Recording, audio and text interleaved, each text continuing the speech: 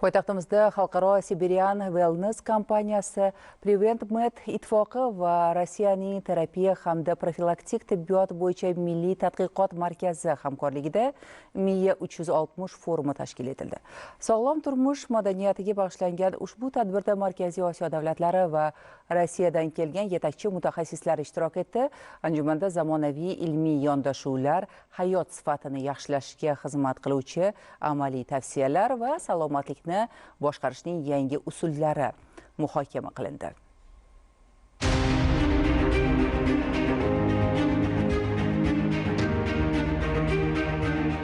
Bugun inson salomatligi haqida gap ketganda masala faqat davolanish bilan cheklanmayapti. Endi e'tibor kasallik oqibatlariga emas, uning oldini olishga, insonning jismoniy va ruhiy holatini bir butun tizim sifatida asrashga qaratilmoqda. Siberian Wellness va PreventMed uyushmasi va Rossiyaning terapiya hamda profilaktik tibbiyot bo'yicha milliy tadqiqot markazi hamkorligida tashkil etilgan Miya 360 forumi esa ana shu yondashuvning mazmun mohiyatini ochib bergan muhim xalqaro maydonga aylandi.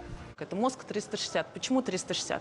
Bu miya 360. Nega aynan forumni shunday nomlaganimizga kelsak, maqsad miya salomatligiga har tomonlama yondashuvni ko'rsatish. Chunki kognitiv salomatlik faqat nevrologiyaga bog'liq emas. U uyqu, ovqatlanish, jismoniy yuklama, psixoemotsional holat va stressga bardoshlilik bilan uzviy bog'liq. Shu bois bu mavzuga 360 daraja yondashuv tanlandi. Forum doirasida 700 dan ortiq ishtirokchi va 25 dan ziyod xalqaro ekspertlar jam bo'ldi. Tibbiyot fanlari doktorlari, professorlar, oliy toifali shifokorlar hamda klinik psixologlar bugungi zamonaviy hayot ritmida inson eng ko'p duch kelayotgan muammolar, stress, emotsional charchash, uyqusizlik va aqliy zo'riqish masalalariga alohida to'xtaldilar. Ushbu tadbirga O'zbekistonni tanlashimiz bejiz emas. Bugun bu mamlakat Markaziy Osiyoda iqtisodiy va demografik o'sish sur'atlari, shuningdek, preventiv tibbiyot va sog'lom turmush madaniyatiga bo'lgan qiziqishi bilan ajralib turadi. Shu bois forumni aynan Toshkentda o'tkazish biz uchun muhim va tabiiy qaror bo'ldi. Ma'ruzalar va amaliy keyslar orqali energiyani to'g'ri boshqarish, burnout holatining oldini olish, uyqu sifatini yaxshilash hamda kognitiv funksiyalarni qo'llab-quvvatlash bo'yicha ilg'or ilmiy qarashlar taqdim etildi. Tadbirning eng muhim jihati shundaki, unda murakkab ilmiy bilimlar kundalik hayot uchun tushunarli va amaliy tavsiyalar shaklida yoritildi.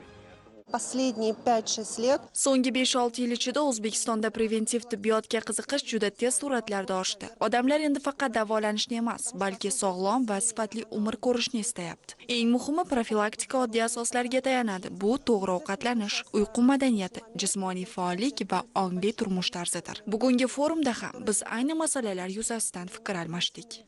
Shuningdek, forum doirasida Toshkent shahrida ilk bor mutaxassislarning preventiv tibbiyotni rivojlantirish va Markaziy Osiyo mamlakatlarida sog'lom turmush madaniyatini shakllantirishga qo'shgan hissasini e'tirof etish maqsadida Central Asia Preventive Medicine Award xalqaro mukofoti ham topshirildi.